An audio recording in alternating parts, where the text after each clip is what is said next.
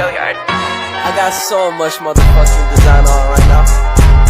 Break it down, bring it back, make it clap. I got 3 old thoughts, new block, wear that thing. Bitches on my line, and you know. Assalamualaikum warahmatullahi wabarakatuh. Perkenalkan, nama saya Agustiana Utari, NIM 74235210210009 dari 21 HTN1. Saya akan membahas tentang materi yang pertama, yaitu struktur lembaga perwakilan Indonesia. Konstitusi merupakan sumber aturan tertinggi yang dijadikan sebagai dasar dalam penyelenggaraan suatu negara, karena di dalamnya memuat tujuan bernegara serta prinsip dan aturan dasar yang mengatur ketentuan-ketentuan dalam tata kehidupan bermasyarakat, berbangsa, dan bernegara. Menurut Carl J. Friedrich dalam sebuah bukunya yang berjudul Constitutional Government and Democracy, konstitusionalisme adalah gagasan bahwa pemerintahan adalah seperangkat kegiatan yang diselenggarakan oleh dan atas nama rakyat, tetapi dikenakan beberapa bentuk pembatasan yang diharapkan dapat menjamin bahwa kekuasaan yang diperlukan untuk pemerintahan itu tidak akan disalahgunakan oleh mereka yang memerintah. Dalam pengaturan Undang-Undang Dasar 1945 pra-amandemen, Lembaga Perwakilan Rakyat di Indonesia menganut sistem unikameral atau sistem satu kamar dengan menempatkan Majelis Permusyawaratan Rakyat sebagai supremasi yang memegang penuh kedaulatan rakyat. Akibat dari itu, kemudian menimbulkan ketimpangan dalam ketatanegaraan, terutama antar lembaga negara, di mana Majelis Permusyawaratan Rakyat dapat memberikan justifikasi pada semua lembaga negara tanpa terkecuali. Sehingga kedudukan 3 kekuasaan lembaga lainnya, yaitu legislatif, eksekutif, dan yudikatif menjadi semu. Berdasarkan hasil dari berbagai perdebatan pada proses amandemen konstitusi yang dilaksanakan pada sidang MPR tahun 1999 sampai tahun 2000, tercermin dalam konstitusi negara yang saat ini mengadopsi sistem 2 kamar atau bikameral dengan adanya lembaga DPR dan lembaga DPD. Sistem perwakilan di Indonesia apabila ditinjau secara konstitusional dalam hubungan kekuasaan antara DPR dan DPD tersebut menganut sistem medium strength bicameralism dengan bentuk asimetris dan inkongruen. Dikatakan demikian karena antara DPR dan DPD dalam kekuasaan yang diatur oleh konstitusi tidaklah sama. Dalam hal ini, DPD hanya sebagai subkoordinat DPR. Pada konteks Indonesia, kehadiran DPR dan DPD sudah merupakan hal yang tepat. Hal ini karena Indonesia merupakan negara kepulauan dengan wilayah geografisnya yang luas dan kompleks. Dengan cakupan wilayah tersebut dan kepentingan masyarakat yang beragam menuntut adanya kamar lain yang kedudukannya dapat berfungsi dalam menjawab berbagai persoalan mengenai hubungan pusat dan daerah dalam konteks Negara Kesatuan Republik Indonesia. Adanya kondisi khusus ini, maka pilihan 2 lembaga tersebut sudah tepat untuk Indonesia sebab dapat memenuhi asas keseimbangan dan keadilan dalam hal aspirasi, kepentingan penduduk dan kewilayahan.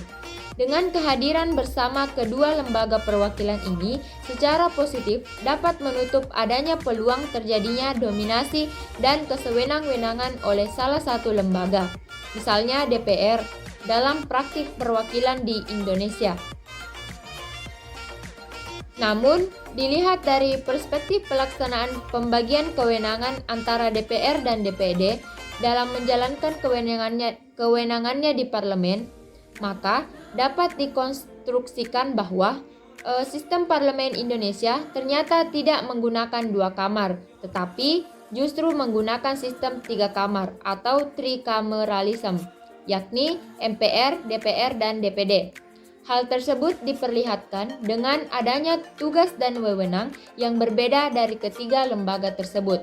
Walaupun dalam faktanya, Kamar Majelis Permusyawaratan Rakyat terjadi karena adanya penggabungan antara anggota DPR dan anggota DPD. Secara institusional, Indonesia menganut sistem trikameralisme, yaitu adanya kamar bagi Dewan Perwakilan Rakyat, Dewan Perwakilan Rakyat Daerah, dan Majelis Permusyawaratan Rakyat, di mana ketiganya diberikan fungsi dan kewenangan masing-masing. Namun, dilihat dari sisi fungsional, inilah Parlemen Indonesia yang menganut sistem bikameralisme setengah hati, atau lebih dapat dibahasakan menganut trikameralisme deterministik. Selanjutnya kami akan menjelaskan mengenai kedudukan dan kewenangan Majelis Permusyawaratan Rakyat. Majelis Permusyawaratan Rakyat adalah salah satu lembaga hukum tertinggi yang dimiliki oleh suatu negara. MPR terdiri dari dua bagian, yaitu Dewan Perwakilan Rakyat dan Dewan Perwakilan Rakyat Daerah. Yang pertama yaitu kewenangan MPR sebelum amandemen Undang-Undang Dasar 1945. Sebelum Undang-Undang Dasar 1945 diamandemen, MPR merupakan lembaga negara tertinggi dan sebagai pelaku sepenuhnya kedaulatan rakyat. MPR berfungsi sebagai supreme body yang memiliki kekuasaan tertinggi tanpa ada kontrol dari lembaga negara yang lain. Seperti pada ketentuan pada pasal 1 ayat 2 Undang-Undang Dasar 1945 yang berbunyi, kedaulatan rakyat adalah di tangan rakyat dan dilaksanakan sepenuhnya oleh Majelis Permusyawaratan Rakyat. Adapun kewenangan yang diberikan kepada MPR sebagai pelaksana penuh kedaulatan rakyat berdasarkan pasal 3, pasal 6 ayat 2 dan pasal 37 Undang-Undang Dasar 1945. Yang pertama yaitu Majelis Permusyawaratan Rakyat menetapkan undang-undang dasar dan garis-garis besar daripada haluan negara. Yang kedua, Presiden dan Wakil Presiden dipilih oleh Majelis Permusyawaratan Rakyat dengan suara terbanyak. Yang ketiga, untuk mengubah Undang-Undang Dasar, sekurang-kurangnya 2/3 dari jumlah anggota Majelis Permusyawaratan Rakyat harus hadir dan putusan diambil dengan persetujuan sekurang-kurangnya 2/3 daripada jumlah yang hadir. Selanjutnya yang kedua, kewenangan Majelis Permusyawaratan Rakyat setelah amandemen Undang-Undang Dasar 1945. Perubahan Undang-Undang Dasar 1945 khususnya pada pasal 1 ayat 2 telah mengubah kedudukan MPR menjadi lembaga negara yang kedudukannya sejajar dengan lembaga negara lain. Perubahan ketentuan pasal 1 dan pasal 2 berimplikasi pada pengurangan kewenangan yang dimiliki oleh MPR. Kewenangan MPR yang berkurang adalah MPR tidak lagi berwenang memilih dan mengangkat presiden dan wakil presiden dan menetapkan garis-garis besar haluan negara dan mengeluarkan ketetapan MPR yang bersifat mengatur. Adapun menurut pada pasal 3 Undang-Undang Dasar 1945 setelah amandemen, kewenangan MPR yaitu 1. Mengubah dan menetapkan Undang-Undang Dasar. Yang kedua, melantik presiden dan atau wakil presiden. Yang ketiga, memberhentikan presiden dan wakil presiden dalam masa jabatannya menurut MPR sebelum amandemen Undang-Undang Dasar 1945. Kedudukan Majelis Permusyawaratan Rakyat sebelum perubahan Undang-Undang Dasar 1945 sebagai lembaga pemegang kekuasaan negara yang tertinggi, sebagai pemegang dan pelaksana sepenuhnya kedaulatan rakyat. Majelis Permusyawaratan Rakyat merupakan penjelmaan seluruh rakyat Indonesia. Kewenangan DPR sebagai lembaga tertinggi negara dapat mengangkat dan memberhentikan presiden dan wakil presiden. Tuntutan reformasi pada tahun 1998 antara lain, reformasi konstitusi bertujuan untuk menyempurnakan sistem ketatanegaraan, termasuk di dalamnya menata ulang kedudukan, tugas dan wewenang serta susunan lembaga-lembaga negara dalam sistem ketatanegaraan di Indonesia. Dengan dihilangkannya kewenangan MPR secara signifikan, kewenangan MPR tinggal melantik presiden dan atau wakil presiden setelah dipilih oleh rakyat secara langsung melalui pemilihan umum. Sedangkan kewenangan MPR untuk merubah Undang-Undang Dasar 1945 dan memberhentikan presiden dan atau wakil presiden setelah Mahkamah Konstitusi memeriksa, mengadili, dan memutus pendapat DPR bahwa presiden dan wakil presiden telah melakukan pelanggaran hukum berupa pengkhianatan terhadap negara, korupsi, penyuapan, tindak pidana lainnya, atau perbuatan tercela. Selanjutnya yang keempat yaitu kedudukan MPR setelah amandemen Undang-Undang Dasar 1945. Kedudukan Majelis Permusyawaratan Rakyat sebagai lembaga negara dinyatakan secara tegas di dalam Undang-Undang Nomor 13 Tahun 2019. Perubahan ketiga atas Undang-Undang Nomor 17 Tahun 2014 tentang MPR, DPR, DPD, dan DPRD. Perubahan Undang-Undang Dasar 1945 telah mengakibatkan pergeseran sistem ketatanegaraan dan bekerjanya mekanisme check and balance secara optimal antara cabang kekuasaan negara lain, negara dengan prinsip saling mengimbangi dan mengawasi antar lembaga negara. Adapun bahan tayangan materi sosialisasi, putusan MPR telah memetakan dengan lengkap tugas dan wewenang MPR pasca amandemen, yaitu yang pertama, mengubah dan menetapkan Undang-Undang Dasar, melantik Presiden dan Wakil Presiden, memberhentikan Presiden dan Wakil Presiden dalam masa jabatannya menurut Undang-Undang Dasar 1945. Yang keempat, melantik presiden menjadi presiden, melantik wakil presiden menjadi presiden apabila presiden mangkat, berhenti, diberhentikan atau tidak dapat melaksanakan kewajibannya. Yang kelima, memilih dan melantik wakil presiden apabila terjadi kekosongan jabatan wakil presiden. Yang ketujuh, memilih dan melantik presiden dan wakil presiden apabila keduanya berhenti secara bersamaan. Bismillahirrahmanirrahim. Assalamualaikum warahmatullahi wabarakatuh. Perkenalkan, nama saya Nur Aisyah Zahra. Di sini saya akan melanjutkan materi terkait dengan kedudukan dan kewenangan DPR sebelum dan setelah amandemen Undang-Undang Dasar 1945. Pertama yaitu kewenangan DPR sebelum amandemen Undang-Undang Dasar 1945. Dalam rumusan pasal 5 ayat 1 Undang-Undang Dasar 1945 sebelum amandemen dinyatakan Presiden memegang kekuasaan membentuk undang-undang dengan persetujuan DPR. Di dalam ketentuan pasal 20 ayat 1 lama menyebutkan bahwa anggota DPR berhak mengajukan rancangan undang-undang. Akan tetapi, hak mengajukan RUU itu sifatnya hanya tambahan terhadap kewenangan utama yang dimiliki DPR dibanding dengan kewenangan utama membentuk undang-undang yang dimiliki oleh Presiden. Ketentuan demikian ini memperlihatkan kedudukan yang tidak seimbang antara Presiden dan DPR dalam bidang legislatif. Kedua yaitu kewenangan DPR setelah amandemen Undang-Undang Dasar 1945. Di dalam UUD 1945, DPR adalah pemegang kekuasaan membentuk undang-undang. Undang-Undang Dasar Negara Republik Indonesia tahun 1945 dalam pasal 20 ayat 1 dan 2 menyebutkan bahwa Dewan Perwakilan Rakyat memegang kekuasaan membentuk undang-undang. Pertama yaitu fungsi legislasi. Terkait dengan fungsi legislasi, DPR memiliki tugas dan wewenang menyusun program legislasi nasional atau prolegnas, menyusun dan membahas rancangan undang-undang, menerima RUU yang diajukan oleh DPD terkait ekonomi daerah, hubungan pusat dan daerah, pembentukan, pemekaran dan pembangunan daerah, pengelolaan SDA dan SDE lainnya, serta pertimbangan keuangan pusat dan daerah. Selanjutnya yaitu membahas RUU yang diusulkan oleh Presiden ataupun DPD, menetapkan undang-undang bersama Presiden, mengajukan atau tidak menyetujui peraturan pemerintah pengganti undang-undang yang diajukan oleh Presiden untuk ditetapkan menjadi undang-undang. Kedua yaitu fungsi anggaran. Terkait dengan fungsi anggaran, DPR memiliki tugas dan wewenang.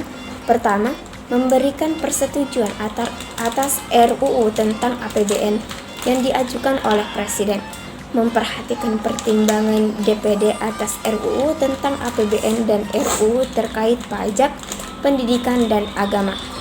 menindaklanjuti hasil pemeriksaan atas pengelolaan dan tanggung jawab keuangan negara yang disampaikan oleh BPK, memberikan persetujuan terhadap pemindahantanganan aset negara maupun terhadap perjanjian yang berdampak luas bagi kehidupan rakyat yang terkait dengan beban keuangan negara. Ketiga, fungsi pengawasan. Terkait dengan fungsi pengawasan, DPR memiliki tugas dan wewenang melakukan pengawasan terhadap pelaksanaan undang-undang, APBN, dan kebijakan pemerintah, membahas dan menindaklanjuti hasil pengawasan yang disampaikan oleh DPD terkait pelaksanaan undang-undang mengenai otonomi daerah, pembentukan, pemekaran, dan penggabungan daerah, pengelolaan SDA dan SDE lainnya, pelaksanaan APBN, pajak, pendidikan, dan agama. Ketiga yaitu kedudukan DPR sebelum amandemen. Kedudukan DPR dalam struktur ketatanegaraan menurut Undang-Undang Dasar 1945 sebelum dilakukan perubahan belum ditempatkan secara proporsional sebagai lembaga perwakilan rakyat. Keberadaan DPR lebih merupakan partner kerja presiden yang dilihat sebagai lambang pelengkap dalam sistem demokrasi di Indonesia. Keempat, atau materi terakhir terkait dengan kedudukan DPR setelah amandemen Undang-Undang Dasar 1945. Berkaitan dengan DPR sesudah amandemen Undang-Undang Dasar 1945, terjadi perubahan yang cukup signifikan. Undang-Undang Dasar 1945 lebih menguatkan kedudukan dan fungsi DPR dibandingkan sebelumnya, yaitu di bidang legislasi. Menurut pasal 20 ayat 1 Undang-Undang Dasar 1945, DPR memegang kekuasaan membentuk undang-undang. DPR berhak mengajukan RUU. Hal ini terkandung dalam pasal 21 ayat 1. Dan apabila dalam jangka waktu 30 hari RUU tidak disahkan oleh Presiden, maka RUU tersebut otomatis menjadi undang-undang. Di bidang anggaran, menurut pasal 23 ayat 2 Undang-Undang Dasar 1945, RAPBN diajukan oleh pemerintah untuk dibahas dengan DPR dengan memperhatikan pertimbangan DPD. Ketiga, di bidang pengawasan, menurut pasal 20A Undang-Undang Dasar 1945, DPR memiliki fungsi pengawasan, di mana fungsi pengawasan tersebut dilakukan melalui hak angket, hak interpelasi, dan hak menyatakan pendapat. Pengawasan dilakukan terhadap pelaksanaan undang-undang, APBN, dan kebijakan pemerintah. Baik, itulah materi yang sempat saya sampaikan. Lebih dan kurangnya mohon dimaafkan. Assalamualaikum warahmatullahi wabarakatuh. Baik, perkenalkan nama saya Muhammad Hanafi. Saya akan melanjutkan materi berikutnya yang akan membahas mengenai kedudukan dan kewenangan DPD. DPD atau Dewan Perwakilan Daerah merupakan salah satu lembaga legislatif tingkat nasional yang ada di Indonesia. DPD dibentuk untuk mewakili kepentingan daerah. Kemudian yang pertama yaitu kelahiran dan kedudukan DPD. Kelahiran DPD sangat didasari oleh keinginan semua pihak termasuk pemerintah pusat dan daerah untuk memperbaiki hubungan dan kerja dan penyaluran kepentingan antara kedua level pemerintahan tersebut. Dalam hal ini DPD juga diharapkan hadir sebagai lembaga yang mampu membantu untuk mengatasi kesenjangan antara pusat dan daerah sesuai semangat otonom daerah yang menjamin keadilan demokrasi dan jaminan keutuhan integritas wilayah negara. DPD memiliki kedudukan yang sama dengan DPR sebagai lembaga perwakilan rakyat. Perbedaannya pada penekanan posisi anggota DPD sebagai wakil dan representasi dari daerah atau provinsi. Pembentukan DPD sebagai salah satu institusi negara bertujuan memberi kesempatan kepada orang-orang daerah untuk ikut serta mengambil kebijakan dalam tingkat nasional khususnya yang terkait dengan kepentingan daerah. Kemudian yang kedua yaitu kewenangan DPD. Kewenangan DPD berdasarkan pasal 22D Undang-Undang Dasar 1945. Yang pertama, mengajukan dan membahas rancangan undang-undang kepada DPR tentang ekonomi daerah, hubungan pusat dan daerah, pembentukan pemekaraan serta pembangunan daerah, pengelolaan sumber daya alam dan sumber daya ekonomi, serta yang berkaitan dengan pertimbangan keuangan pusat dan daerah. Kemudian B, memberikan pertimbangan atas rancangan undang-undang pendapatan dan belanja negara, rancangan undang-undang yang berkaitan dengan pajak, RUU yang berkaitan dengan pendidikan dan yang berkaitan dengan agama. Kemudian C, melakukan kontrol atas pelaksanaan undang-undang tentang otonomi daerah, hubungan pusat dan daerah, pembentukan pemekaraan serta penghubungan daerah, pengelolaan sumber daya alam dan sumber daya ekonomi serta yang berkaitan dengan pertimbangan keuangan pusat dan daerah. Baik, itu yang sempat saya sampaikan. Terima kasih.